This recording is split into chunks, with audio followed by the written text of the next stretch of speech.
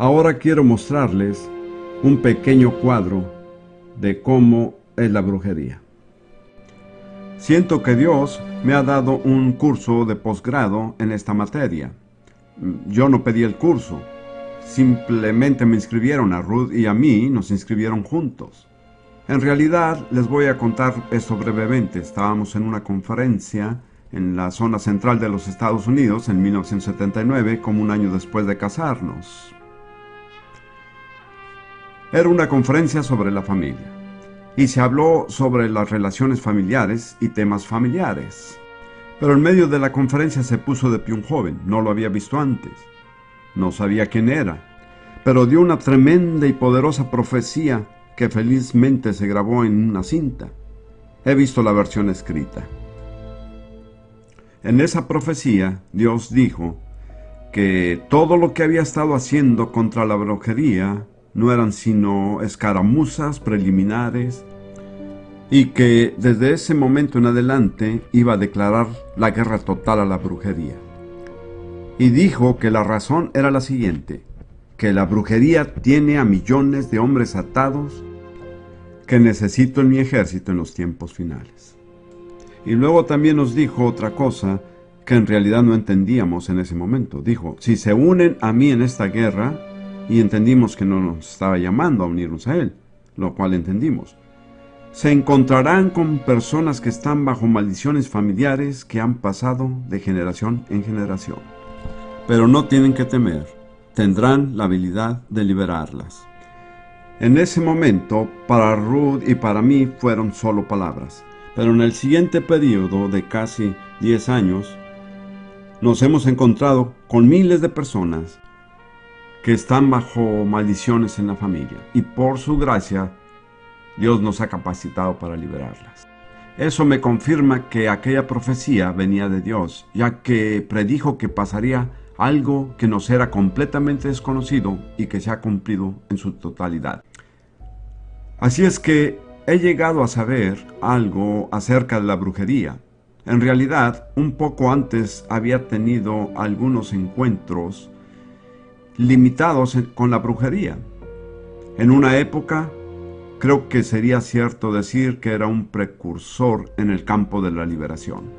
Era una figura muy controversial en ese entonces. Algunas personas me amaban, otras me odiaban, pero muy pocas mostraban indiferencia. Y en muchos de los casos con los cuales trataba, las personas tenían un espíritu de brujería.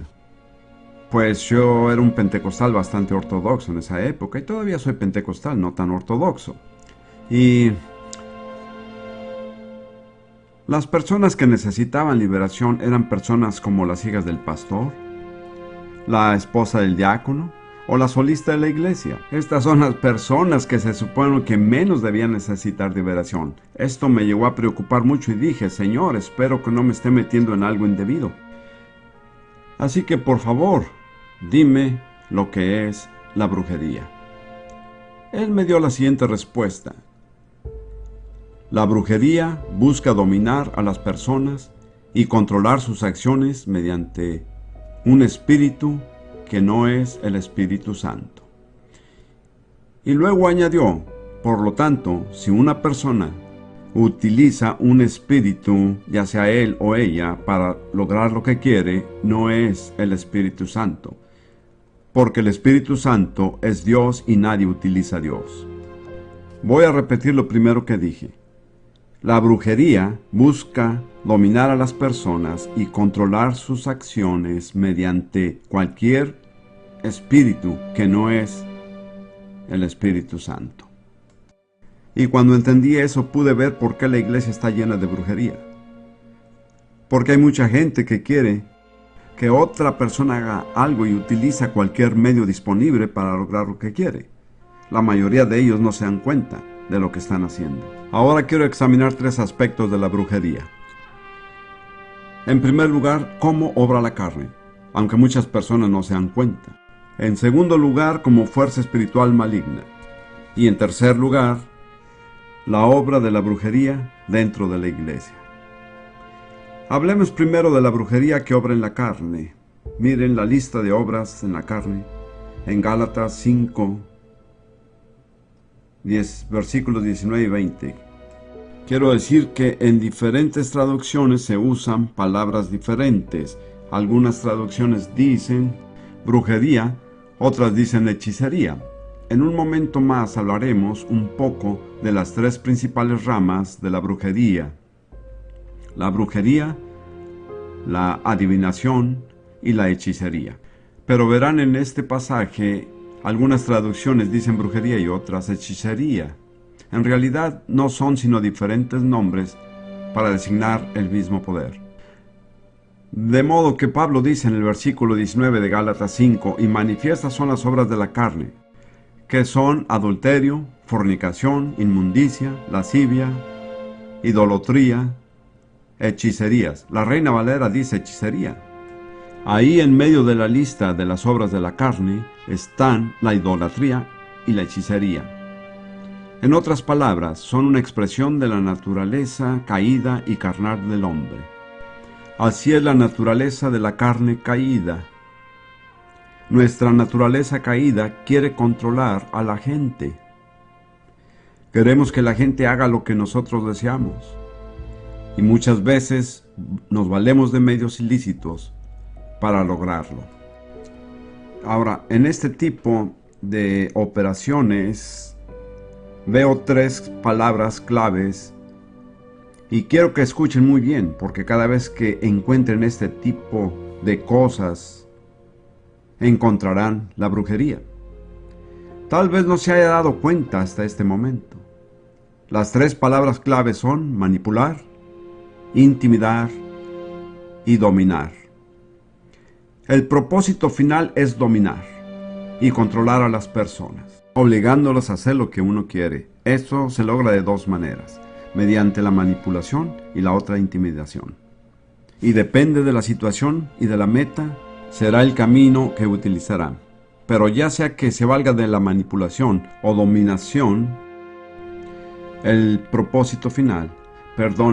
intimidación, el propósito final es controlar y dominar. Ahora, en el ámbito natural, todavía no estamos hablando de nada sobrenatural. En el ámbito natural, la brujería, como obra de la carne, actúa en cada sector de la sociedad. Algunos de ustedes van a salir de aquí y van a ver las cosas con otros ojos. Espero que lo primero que haga es mirarse en el espejo. Antes de señalar a su esposo, o esposa, o abuela, o suegra, o quien sea, mírense a ustedes mismos, ¿de acuerdo? Permítame darle unos cuantos ejemplos. Por ejemplo, en la vida familiar, que le guste o no a la gente, Dios ha establecido un cierto orden en la familia. El esposo es la cabeza de la esposa. La gente puede obrar como si fuera al revés, pero Dios no ha cambiado el orden.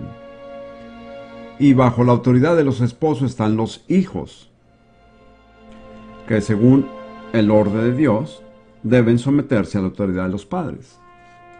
Ahora, lo que hace la brujería es utilizar la manipulación o bien la intimidación para desechar el orden divino y autorizado de Dios. Hablemos primero de los hijos. Los niños son expertos manipuladores. No tienen que ser un adulto. Un niño de 5 años puede ser un experto manipulador. Supongamos que mamá ha invitado a algunas personas al café o té, dependiendo de la situación. Y hay unas galletitas o biscuits, dependiendo de la ocasión. Una niñita de 5 años sabe que mamá no quiere que ella coma galletas o biscuits, pero sabe que cuando los invitados lleguen ahí va a ser muy difícil para mamá decir que no. Así que cuando están los invitados, ella entra y dice: mamá, ¿puedo comer una galleta? ¿Y qué puede hacer la mamá? Lo más probable es que la niña se salga con la suya. La mamá está siendo manipulada. Hace muchísimos años, mi primera esposa y yo vivíamos al lado de una familia pentecostal. El padre, la madre y creo que la hija tenía 3 años. Ahora, en el pasado, la gente solía ir de compras el sábado por la noche, así que cuando se vestían para ir de compras el sábado por la noche, la niñita era un angelito y iba con ellos sin problema. Cuando querían ir a la escuela dominical el domingo por la mañana, algo pasaba. Esa niñita se quedaba postrada con las piernas en el aire y se ponía a gritar, para impedir que los padres llegaran a donde tenían que estar. La niñita no lo hacía conscientemente, pero había una fuerza en ella que no le importaba que sus padres fueran al mercado, pero rechazaba completamente la idea de que fueran a un lugar donde pudieran oír la palabra de Dios. Comience a entender las cosas como son. Un colega mío decía lo siguiente: un bebé de 6 semanas está en su cuna, está mojado, necesita que le cambien el pañal, así que el bebé llora. Por ahí viene la mamá, toma en sus brazos al bebito, lo cambia y lo mima, que por supuesto le encanta al bebé. Y la próxima vez que el bebé quiere que lo mimen, va a llorar aún si su pañal no está mojado. ¿Entienden qué es eso? Manipulación. Como ve, esto es algo natural para el hombre caído. No son solamente los niños, pueden ser los padres y las madres. Ahora, para la mujer, la forma normal de operar es la manipulación y posiblemente el padre se vale de la intimidación. Pero ambos tienen la misma meta: controlar al otro. Así que cuando la mujer no consigue lo que quiere, se pone a llorar desconsoladamente, quema la comida y le hace la vida imposible al esposo. Y finalmente, ¿qué hace él? Cede. O puede ser el esposo. Hay muchas maneras de que suceda esto. Quizá el esposo sea una persona violenta. Tal vez sea un hombre rudo y de carácter fuerte. Y si no consigue lo que quiere, grita, se pone violento y comienza a amenazar, y la familia entera tiene que andar de puntillas. Lo que más quieren evitar es que papá le dé otro ataque de furia. ¿Qué está haciendo él? Los está intimidando. ¿Cuál es su meta? Conseguir lo que él quiere. Como ve, el hecho de que los esposos tengan sus diferencias puede ser positivo. Lo que Dios quiere es que discutan las cosas a fondo, orando y buscando a Dios. Pero la manipulación nunca se enfrenta al problema real. Siempre va por detrás. Los verdaderos problemas nunca salen a la luz. Y quién sabe cuántos millones de matrimonios, aún en este país, que nunca expresan abiertamente sus diferencias, sino que cada uno trata de ir por detrás de él o ella para conseguir lo que quiere. Eso es manipulación. Hablemos de la iglesia. Hay muchísimos ejemplos de manipulación en la iglesia. Tomemos el ejemplo de una congregación pentecostal. No creo que haya mucho que ya no se sepa de los pentecostales. He sido anglicano y ahora soy pentecostal, y creo que sé básicamente cómo son, cómo operan.